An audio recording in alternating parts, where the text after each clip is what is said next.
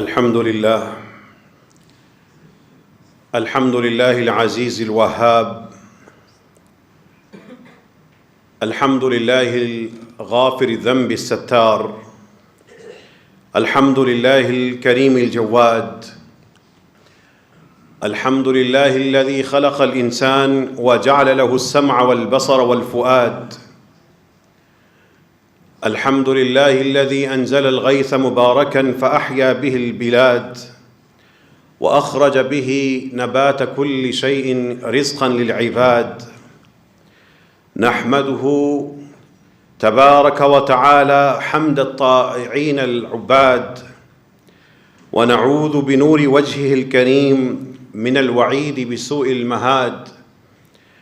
أشهد أن لا إله إلا الله المضل الهاد الفعال لما يريد ولا يقع في ملكه إلا ما أراد.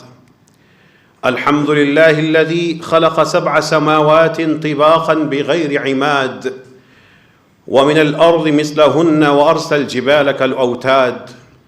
الحمد لله وأشهد أن لا إله إلا الله وأشهد أن سيدنا محمدا عبده ورسوله سيد الأسياد، سيد الأولين والآخرين من حاضر وباد، خير من دعا وهدى وبالخير العظيم جاد. أعوذ بالله من الشيطان الرجيم. بسم الله الرحمن الرحيم. تراهم ركعا سجدا يبتغون فضلا من الله ورضوانا، سيماهم في وجوههم من أثر السجود. صدق الله العظيم. اللهم صل على محمد وعلى آل محمد كما صليت على إبراهيم وعلى آل إبراهيم إنك حميد مجيد. اللهم بارك على محمد وعلى آل محمد كما باركت على إبراهيم وعلى آل إبراهيم إنك حميد مجيد. قرآن کریم کا ایک چھوٹا سا جملہ میرے لیے اور آپ کے لیے ایک سوال ہے، ایک دعوت ہے۔ قرآن میں اللہ فرماتے ہیں وَأَحْسِن كَمَا أَحْسَنَ اللَّهُ إِلَيْكَ، جیسے اللہ نے تمہیں شاندار عطا کیا ہے، کبھی تم بھی تو اللہ کو شاندار طریقے سے عمل کر کے دکھاؤ۔ وَأَحْسِن، جیسے اللہ نے تمہارے ساتھ عمدہ سلوک رکھا ہے، اسی طرح تم بھی تو کوئی عمدہ کام کر کے دکھاؤ۔ صرف اس ایک آیت کی روشنی میں اپنا حساب کیجئے۔ وَأَحْسِن كَمَا أَحْسَنَ اللَّهُ إِلَيْكَ، اس جملے میں کتنی حسرت ہے۔ وَأَحْسِن كَمَا أَحْسَنَ اللَّهُ إِلَيْكَ، اس جملے میں کیسی شاندار دعوت ہے۔ وَأَحْسِن كَمَا أَحْسَنَ اللَّهُ إِلَيْكَ، اس جملے میں کیسا شاندار وفا کا احساس ہے۔ كَمَا أَحْسَنَ اللَّهُ إِلَيْكَ، جیسے تمہارے رب نے تمہارے ساتھ شاندار سلوک رکھا ہے، تم بھی تو کچھ ایسا کر کے دکھاؤ۔ وَأَحْسِن كَمَا أَحْسَنَ اللَّهُ إِلَيْكَ، اس ایک جملے میں کتنی اپنائیت ہے، کس طرح اللہ تعالیٰ احساس دلا رہے ہیں۔ یہ اپنائیت کے احساس، یہ وفا کی تجدید، یہ اپنا احسان بتا کر دوسرے سے حسن سلوک مانگنا، یہ رب کی کتنی عظمت ہے۔ وہ ہمارے حسن سلوک کا محتاج تو نہیں، لیکن پھر بھی کہہ رہا ہے وَأَحْسِن كَمَا أَحْسَنَ اللَّهُ إِلَيْكَ۔ یہ احسان کے درجے، یہ اپنا آپ رب کے سامنے پیش کر دینا، یہ اپنا عمل پیش کر دینا، یہ رب کی خاطر جستجو کرنا، یہ دنیا کی جستجو کو چھوڑ کر اللہ کے لیے بھی جستجو کرنا، یہی کامیابی ہے۔ رسول اللہ صلی اللہ علیہ وسلم کی ایک حدیث کی روشنی میں دیکھیے ہم کیسے کیسے موقع ملتے ہیں۔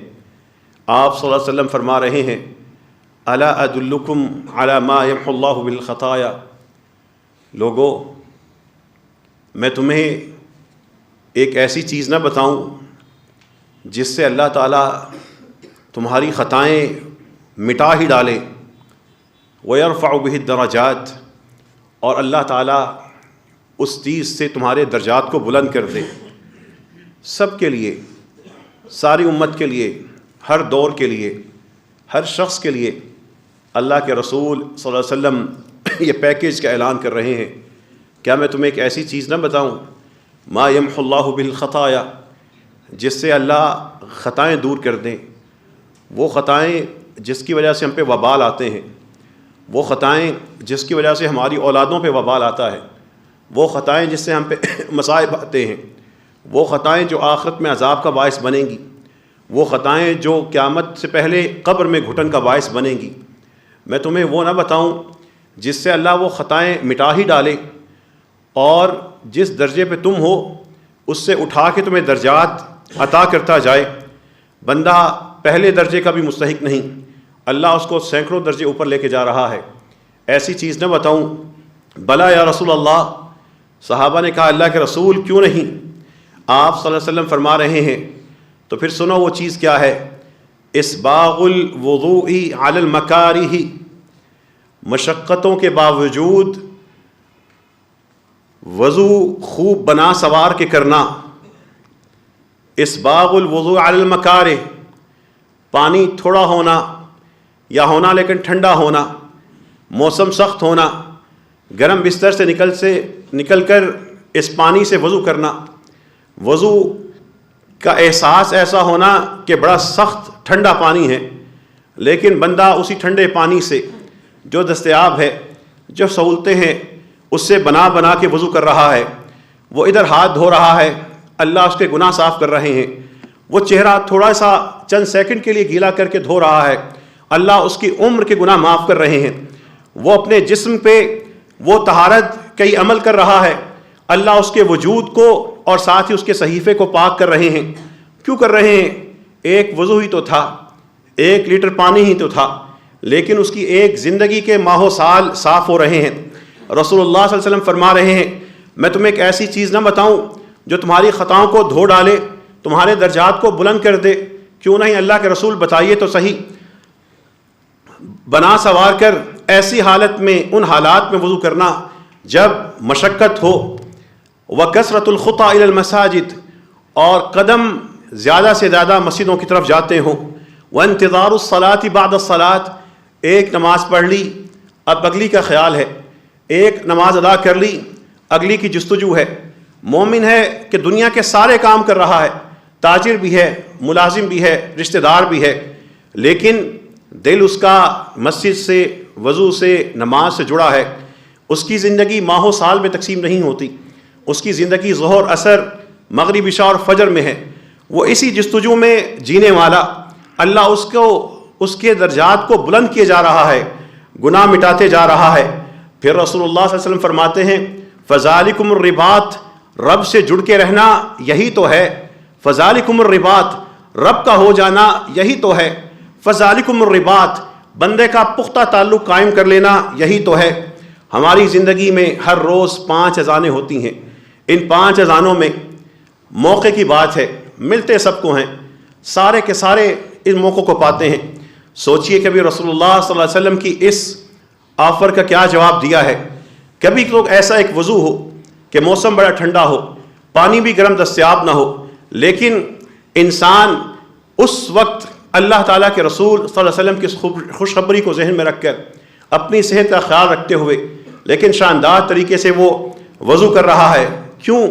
اسباغ الوضوء علی المکارہ، ہاتھ تو کافر بھی دھوتا ہے، چہرہ تو غیر مسلم بھی صاف کرتا ہے، کلی ہر انسان کر سکتا ہے، یہ ناک میں پانی ڈالنا بہت سے کرتے ہوں گے، لیکن اس بندے کی اس ساری کی ساری جس عبادت میں سے گزر رہا ہے اس کی بات ہی اور ہوگی۔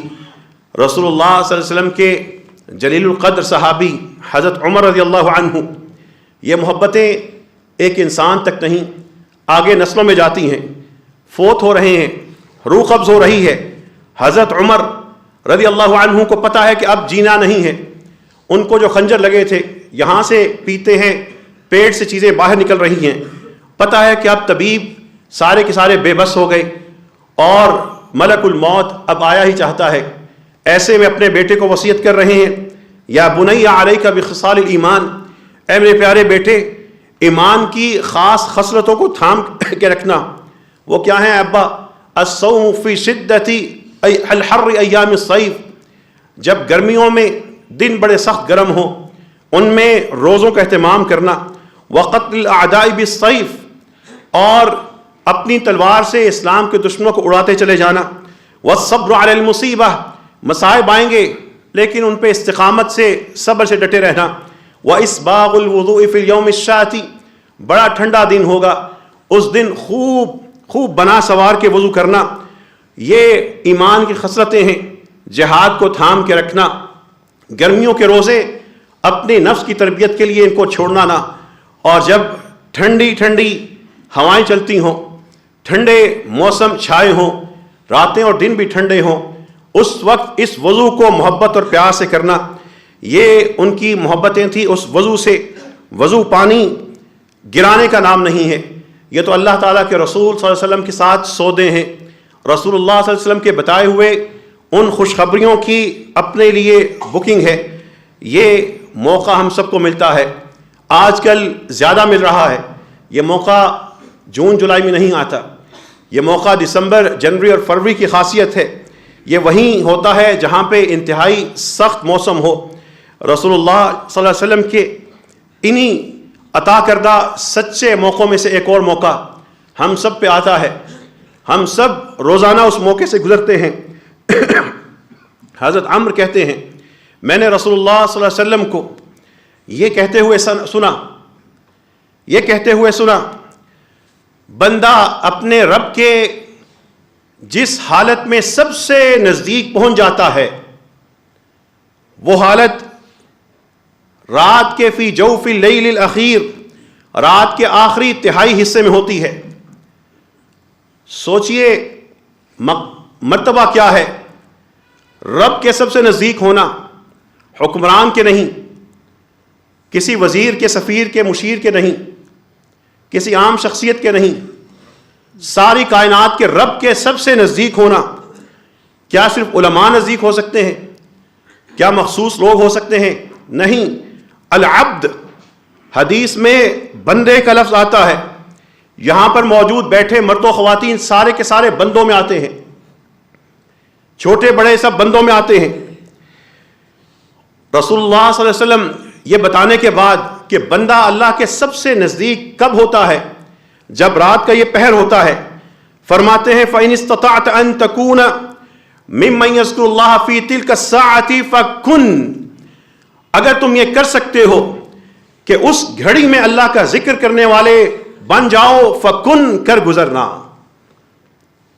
رات کے 2 بجے، کوئی 3 بجے، کوئی 4 بجے، گہری نیند، ایک طرف وہ بھی ہوں گے جو اس وقت اپنے موبائل پہ، سوشل میڈیا پہ اور ادھر ادھر کی غلاستوں میں ہوں گے، وہ بھی ہوں گے جو جان بوجھ کر لیٹ سوئے ہوں گے اور اللہ کے حق کو پامال کر رہے ہوں گے، فجر کا تو ان کو احساس ہی نہیں ہوگا، لیکن کوئی ایسا ہم ہی میں سے ہوگا، ہم ہی جیسا ہوگا، وہ اس وقت اٹھے گا، وہ لیٹے لیٹے رب کو یاد کرے گا، کبھی اسماء الحسنی، کبھی اذکار، کبھی کوئی قرآن کی تلاوت، وہ نکلے گا، اللہ کے یاد میں کھڑا ہو جائے گا۔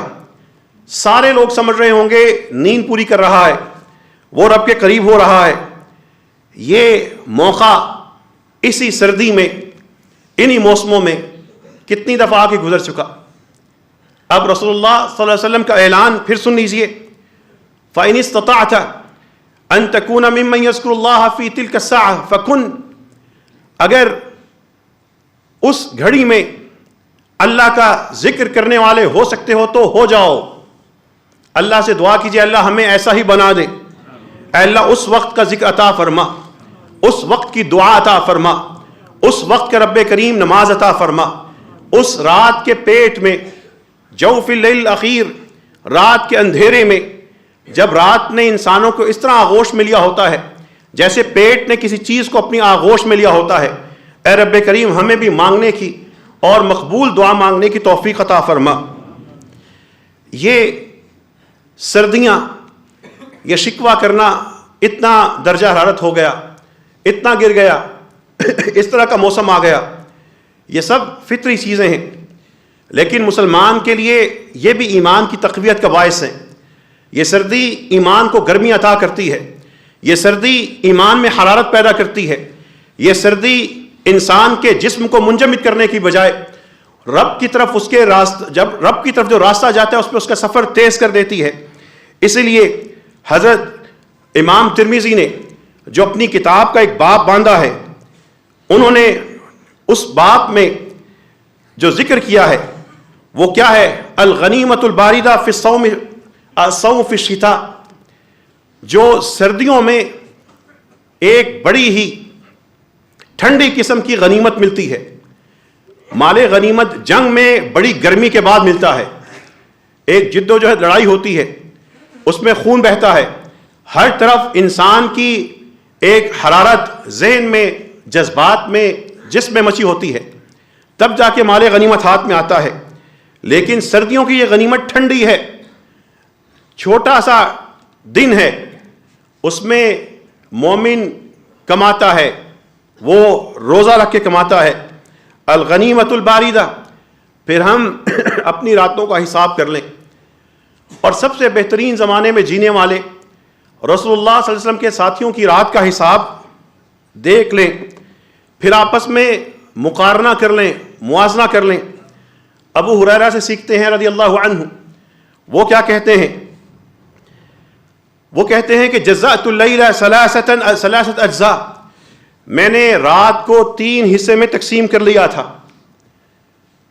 رات کا حساب رکھیے، دن کے کاموں کا، دفتر کی ٹائمنگ کا، اس وقت پہنچنا ہے، اس کے بعد نکلنا ہے، ورنہ اپنے دفتر سے اوور ٹائم کا تقاضا کرنا ہے، وہ حساب ہونے چاہیے۔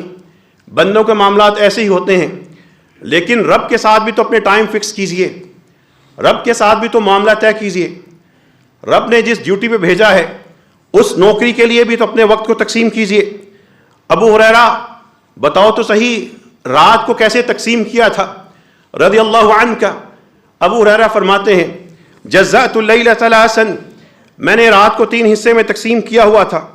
ثلثا اصلی، 1/3 رات میں قیام کرتا تھا، وثلثا انام، 1/3 حصہ میں رات کو سوتا تھا، وثلثا اذکر فی حدیث رسول اللہ صلی اللہ علیہ وسلم، اور 1/3 حصہ میں اللہ کے رسول صلی اللہ علیہ وسلم کی احادیث کا مطالعہ کرتا تھا۔ احادیث کا مطالعہ کرنے کا مطلب کیا ہے؟ احادیث کا مطالعہ کرنے کا مطلب یہ ہے کہ رسول اللہ صلی اللہ علیہ وسلم کیسے شوہر تھے، ہم بیویوں سے کیسا سلوک کریں گے، وہ کیسے صاحب اقتدار تھے، ہم رعایا سے کیسا سلوک کریں گے، وہ کیسے ذمہ دار تھے، ہم ذمہ داری کیسے نبھائیں گے، وہ کیسے باپ تھے، ہم باپ کیسے بنیں گے، وہ کیسے رشتہ دار تھے، ہم رشتہ داری کیسے بنائیں گے۔ قرآن میں خلاصہ ہے، حدیث اس کی تفصیل ہے، قرآن میں احکامات ہیں، حدیث اس کا طریقہ تنفیذ ہے، اس کو لاگو کرنے کا طریقہ ہے۔ حدیث میں آپ کو انگوٹھی نظر آئے گی، حدیث میں یہ بھی نظر آئے گا کہ جب سردیاں ہونی ہیں، آگ جلانی ہے، اس آگ کو کس حد تک برقرار رکھنا ہے، کب بجھانا ہے۔ اس حدیث میں یہ ملے گا کہ اگر پلیٹ میں کھانا کھا رہے ہیں تو کھانا اس پلیٹ میں سے کیسے کھائیں گے۔ اس حدیث میں ملے گا کہ 2 لوگ اگر نکلے ہیں، وہ سفر میں نکلنے سے پہلے ایک دوسرے کے ساتھ کیا تعلق قائم کریں گے۔ ان میں سے ایک امیر بنے گا، دوسری اس کی اطاعت کرے گا۔ اس حدیث میں ملے گا کہ ایک بیوی ہے، وہ بیوی ناراض ہوتی ہے، وہ کچھ ایسے رویے کا اظہار کرتی ہے جس میں ناراضگی ہے، خفت ہے، اس کو کس طرح محبت کے ساتھ رسول اللہ صلی اللہ علیہ وسلم اس خفت اور ناراضگی کو کیسے محبت میں بدلتے ہیں۔ اس حدیث میں ملے گا داماد ناراض ہے، اس داماد ناراض کو کیسے رسول اللہ صلی اللہ علیہ وسلم جا کے پیار سے، لاڈ سے مناتے ہیں۔ وہ حدیثیں ہمارا شب و روز ہیں، وہ اصل میں ہمارا عملی شکل احادیث میں ہے، لیکن ہم تو قرآن کریم کو نہ کھول سکے، حدیث تو ہماری نسلوں سے دور رہ گئی۔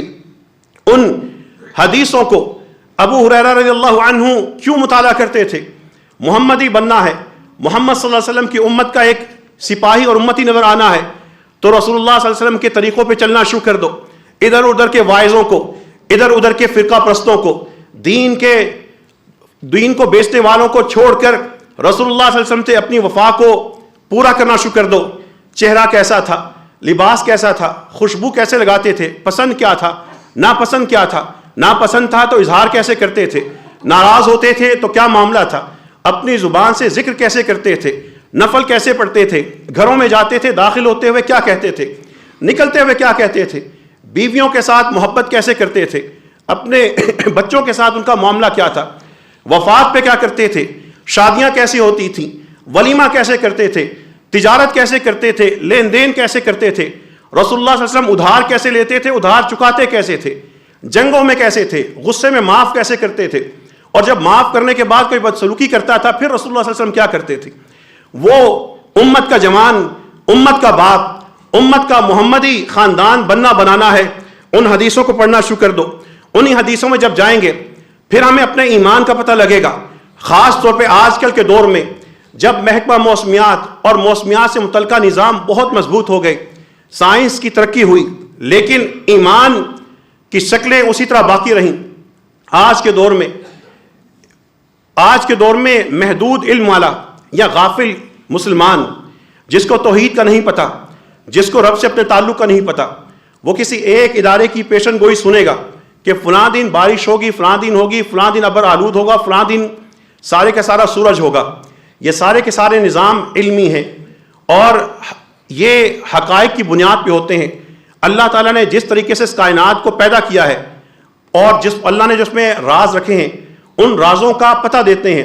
اس نظام کے پیچھے بھی مومن کو اللہ کی ذات نظر آتی ہے کہ کیسا شاندار نظام ہے، اللہ تعالیٰ کیسے عطا کر رہا ہے. لیکن یہ سائنس جتنی مرضی ترقی کرتی جائے، وَفَوْقَ كُلِّ ذِي عِلْمٍ عَلِيمٍ، ان تمام علم والوں کے اوپر ایک علیم ذات نے ہمیشہ ایسی ذات نے باقی رہنا ہے جو زیادہ علم رکھتی ہے. لیکن مسلمان اپنا ایمان کیسے غرق کر رہا ہوتا ہے. سنیے، حدیث کھولیں گے تو آپ کو وہاں پہ رسول اللہ صلی اللہ علیہ وسلم نماز کے بعد شکوہ کرتے نظر آئیں گے. کہہ رہے ہیں هل تدرون ماذا قال ربكم، اے میرے صحابہ تم جانتے ہو کہ آج رات تمہارے رب نے کیا کہا؟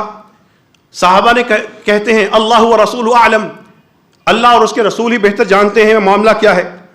آپ فرماتے ہیں اللہ تعالیٰ نے کہا ہے اصبح من عبادی مؤمن بی و کافر، میرے بندوں میں سے آج صبح لوگوں پہ ایسے ہوئی ہے کہ ان میں سے کوئی ایمان پہ رہے ہیں، کچھ کفر کر گئے ہیں. فاما من قال، جس شخص نے یہ کہا مطرنا بفضل اللہ و رحمتہ، کہ رات کو جو بارش ہوئی تھی اللہ کے فضل اور اس کی رحمت سے ہوئی ہے، جو ان بادلوں کو، ان ہواؤں کو انہی کو سبب نہیں سمجھتا بلکہ ان کے پیچھے خالق کے ساتھ اس کا تعلق ہے، وہ یہی کہتا ہے کہ اللہ کے فضل اور اس کی رحمت سے بارش ہوئی. فذالک مؤمن بی، یہ اپنے ایمان کو بچا کے رکھا، اپنے ایمان کو بچا گیا. لیکن اور اس شخص نے وکافر بالکوكب، اس نے ستاروں اور اس طرح کے ظاہری نظام کا انکار کر کے اپنے ایمان کو بچا لیا. واما من قال، لیکن جس شخص نے کہا مطرنا بنوع کذا وکذا، ہم چاند کی اس مرحلے یا اس مرحلے یا اس مرحلے میں پہنچنے کی وجہ سے ہم پہ بارش ہوئی، اس لیے کہ جب ستارے یا چاند اس جگہ پہنچیں گے تو بارش ہوگی. وہ رب کو بھول گیا، وہ اس چاند کے خالق کو بھول گیا، وہ اس نظام کو پیدا کرنے والے اور اس کے درمیان میں تناسب پیدا کرنے والے کو بھول گیا. انسان نے تو صرف اتنا کیا کہ جو رب نے نظام بنایا تھا اس کی جستجو کرتے ہوئے، اس کا کھوج لگا کے وہ اصول ڈھونڈ لیے، لیکن یہ بندہ انہی اصولوں کو انتہا سمجھنے لگا، وہ انہی مخلوق کو خالق سمجھنے لگا، وہ انہی مخلوق کو انہی سے اپنا عقیدہ وابستہ کر کے کہ مجھے چونکہ فلاں جگہ سے پیشن گوئی ہوئی ہے بارش ہوگی نہیں ہوگی. وہ شخص اس محدود عقل والا، اللہ فرماتے ہیں فذالک کافر بی، یہ شخص اس نے میرا انکار کر دیا. فذالک کافر بی ومؤمن بالکواکب، اور ان ستاروں پہ، ان ہواؤں پہ، ان ظاہری حرکات پہ یہ ایمان لے آیا. یہ حدیث میں ملے گا.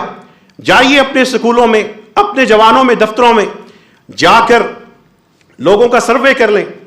چھوٹا سا نظام ہے, بہت سی ایپس ہوتی ہیں بتا رہی ہوتی ہیں بارش کا کیا معاملہ ہوگا, درجہ حرارت کیا ہوگا. وہ رب کے نظام کو اسی طرح جس طرح موسمیات کا نظام ہے, وہ علماء پڑھتے ہیں, وہ علماء پڑھ کے رب پہ یقین لاتے ہیں. لیکن یہ محدود عقل والا جس کو اللہ نے توحید عطا کی تھی, یہ اس رب سے کٹ کر ان ستاروں پہ اور ان ایپس پہ ایمان لا کے بیٹھا ہے. اس طریقے سے ہر چیز کے بارے میں ایمان کے ساتھ سوچنا, یہ آپ کو احادیث میں ملے گا. شب و روز میں جو ہمیں مسائل پیش آتے ہیں یہ احادیث میں ملیں گے. اللہ رب العزت سے دعا کیجئے رب کریم جو ہم نے احادیث سنی ہیں, ہمیں رب کریم ان سردیوں میں, رات کی تنہائیوں میں, رات کی آغوش میں مقبول دعا کرنے کی توفیق عطا فرما, اٹھ کر نمازیں ادا کرنے کی توفیق عطا فرما. اے اللہ اس مسجد میں موجود کوئی شخص آج کی رات اور اس پورے ہفتے کی راتوں میں تہجد سے محروم نہ رہ جائے. اے رب کریم ہمیں اٹھ کر مانگنے کی توفیق عطا فرما. اے اللہ جو دعا کو ہم نے کاروبار بنا لیا, دعا کو ہم نے ادھر ادھر کا اپنے آپ کو دعا کے نام پہ ادھر ادھر سے مانگنے والا بنا لیا, اے اللہ ہمیں خود اٹھ کر اپنے گھروں میں مصلی پہ کھڑے ہو کے خود دعائیں کرنے کی توفیق عطا فرما. اے رب کریم ان جو باقی دن باقی ہیں, اے اللہ ان ٹھنڈے دنوں میں ہمیں روزہ رکھنے کی توفیق عطا فرما. جو اے اللہ جو ہم نے کہا ہے, جو سن رہے ہیں, اے اللہ کہنے والوں کو اور سننے والوں کو بہترین طریقے سے عمل کرنے کی توفیق عطا فرما. وآخر دعوانا ان الحمد للہ رب العالمین. لك الحمد حمدا كثيرا طيبا مباركا فيه. اللهم لك الحمد كما ينبغي لجلال وجهك وعظيم سلطانك. اللهم صل على محمد وعلى آل محمد كما صليت على إبراهيم وعلى آل إبراهيم إنك حميد مجيد. اللهم بارك على محمد وعلى آل محمد كما باركت على إبراهيم وعلى آل إبراهيم إنك حميد مجيد. جمعہ کا وقت ہے, دنوں میں سب سے شاندار دن ہے اور اس دن میں سب سے بہترین وقت ہے. لیکن ہم سب یہاں مسجد میں موجود ہیں اور ہمارا ایک بھائی کا جو اس وقت وہ ایک میت بن چکے ہیں, ان کا اس وقت بھی غسل مسجد میں جاری ہے. اللہ سے دعا کیجیے ہمارے اس بھائی کی مغفرت فرما دے. اے اللہ آپ کی رحمت ہم سب کے گناہوں سے زیادہ وسیع ہے.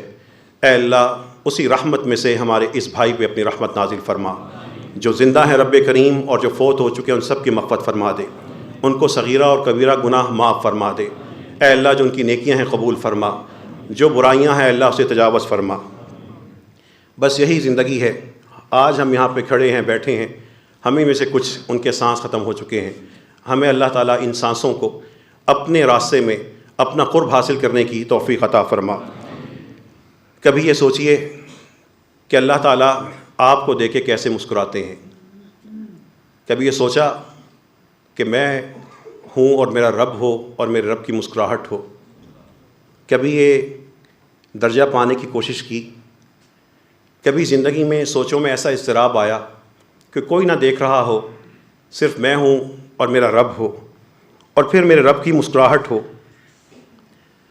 کبھی یہ درجہ پانے کی کوشش کیجئے کہ ایسا ہو میں مانگ رہا ہوں اور میرا رب جو ہمیشہ سننے والا ہے بطور خاص مجھے سن رہا ہو.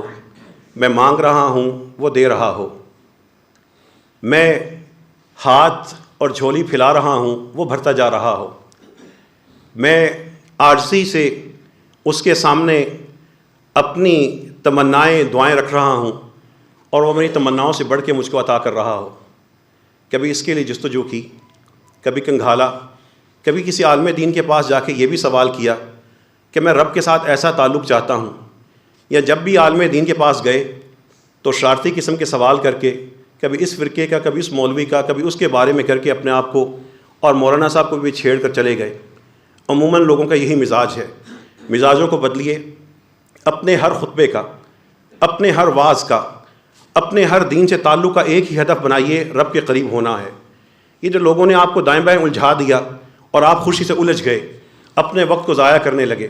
اس وقت کی قیمت صرف اسی شکل میں پوری ہو سکتی ہے جب ہمارا ہر خطبہ, ہر جملہ, ہر واعظ, ہر تعلق دینداروں کے ساتھ اللہ کے قرب کا ذریعہ ہو.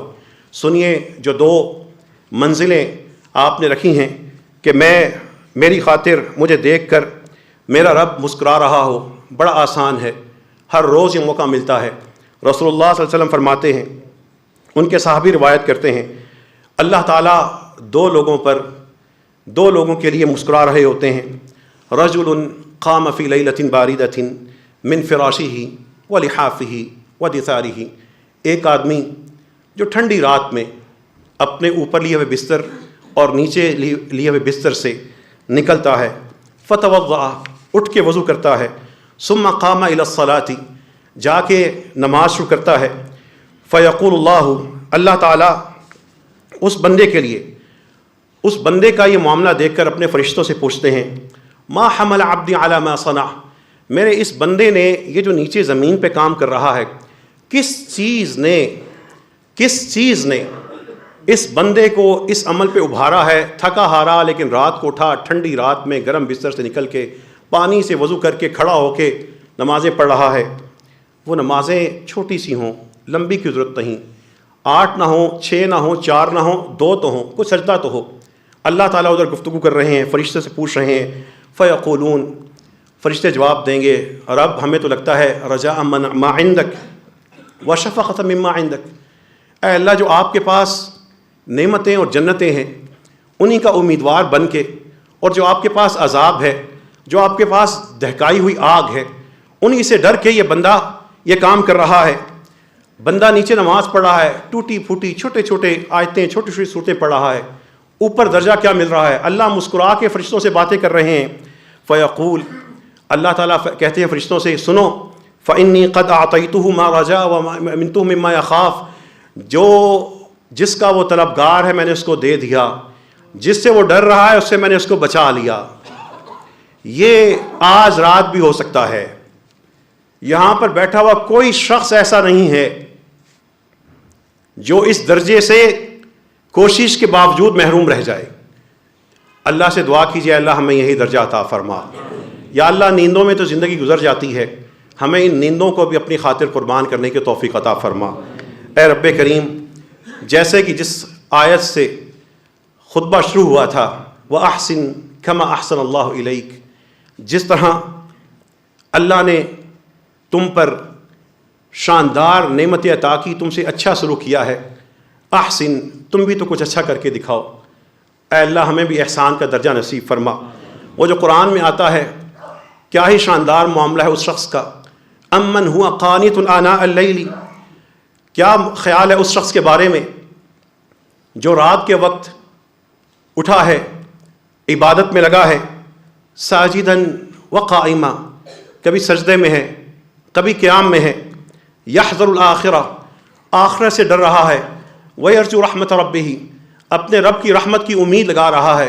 اے اللہ ہمیں اس آیت کی تفسیر بتا کے ہمیں اس آیت کی تصویر بنا دے. اے اللہ ہمیں ہمارے گھرانوں میں ایسے ہی نظام کی تشکیل قائم کر دے. اے رب کریم ہم سب کو اپنے ساتھ اسی طرح اپنا تعلق مضبوط کرنے کی توفیق عطا فرما. اے رب کریم ہم سب کے صغیرہ اور کبیرہ گناہ معاف فرما. جو گزر گئی، بسر گئی، غفلت میں چلی گئی، اللہ ہم سے درگزر فرما. آئندہ کے لیے اللہ ہمیں عمل کرنے کی توفیق عطا فرما. رب کریم جو فوت ہو چکے ہیں ان کی مغفرت فرما دے. جو قبروں میں جا بسے ہیں، اے اللہ ان کی قبروں میں ان کو شاندار ٹھکانہ نصیب فرما دے. ان کی قبر کو منور، معطر، کشادہ اور وسیع شاداب کر دے. ان کو جنت کے پہناوے پہنا دے. اے رب کریم ان سب مرحومین کو، چھوٹے تھے بڑے تھے، مرد تھے خواتین تھے، بچے تھے بوڑھے تھے، قریب تھے دور تھے، نزدیک کے تھے دور کے تھے، اے اللہ ان سب کو جنت کا کفن پہنا دے. تا حد نگاہ ان کی قبروں کو وسیع فرما دے. اے رب کریم جو تیری طرف جا رہے ہیں، اب ان کی زندگی کا اختتام نزدیک ہے، اے اللہ ان کو سچی توبہ کرنے کی توفیق عطا فرما.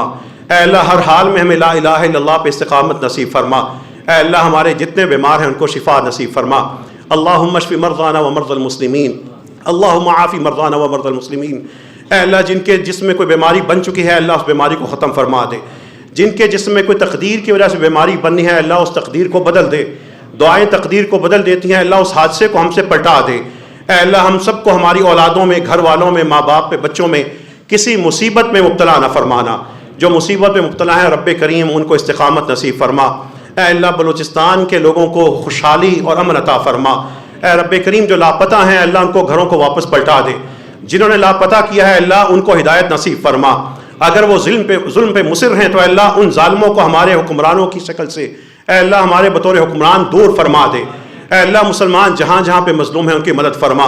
مسلمان حکمران جہاں جہاں پہ اسلام کے لیے مخلص ہیں ان کی مدد فرما، جہاں پہ ایسے حکمران ہیں جو اسلام سے مخلص نہیں ہیں، اسلام کا لبادہ اوڑھ کے مسلمانوں کے مفادات کو نقصان پہنچ رہے ہیں، اے اللہ ایسے حکمرانوں کو دور لے جا، اے اللہ ہمیں ان سے نجات عطا فرما۔